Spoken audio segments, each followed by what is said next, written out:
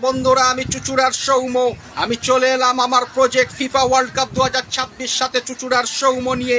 আর আজকে আলোচনা করব একজন নতুন স্টার প্লেয়ারের 2026-এ যার ফুটবল ফিফা বিশ্ব ওয়ার্ল্ড কাপে জন্ম হতে চলেছে। অর্থাৎ প্রত্যেক বিশ্বকাপে যেমন একজন করে স্টার প্লেয়ারের জন্ম হয়, তেমনি এই 2026-এও ফুটবল বিশ্বকাপের ইতিহাসে সেরকমই একজন স্টার প্লেয়ার আসতে চলেছে।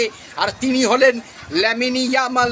লামিন ইয়ামাল হচ্ছে একজন স্প্যানিশ ফুটবলার যার হৃৎপিণ্ডে ফুটো আছে। সেই হৃৎপিণ্ড ফুটো নিয়েও কিন্তু তিনি ফুটবলটা খেলে যাচ্ছেন। আর তার বয়স মাত্র 19 বছর। আর ইতিমধ্যেই বার্সেলোনাতে তিনি কিন্তু একটা উন্মাদনা তৈরি করে দিয়েছেন। সেই স্প্যানিশ ফুটবলার যাকে বলা হয় স্বপ্নের জাদুকর।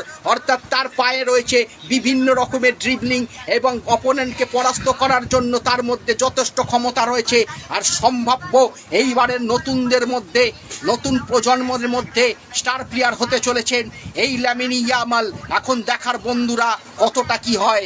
অর্থাৎ 2026 ফুটবল বিশ্বকাপে লামিন ইয়ামাল কি তার স্বপ্ন পূরণ করতে পারবে, সেটাই দেখার বন্ধু।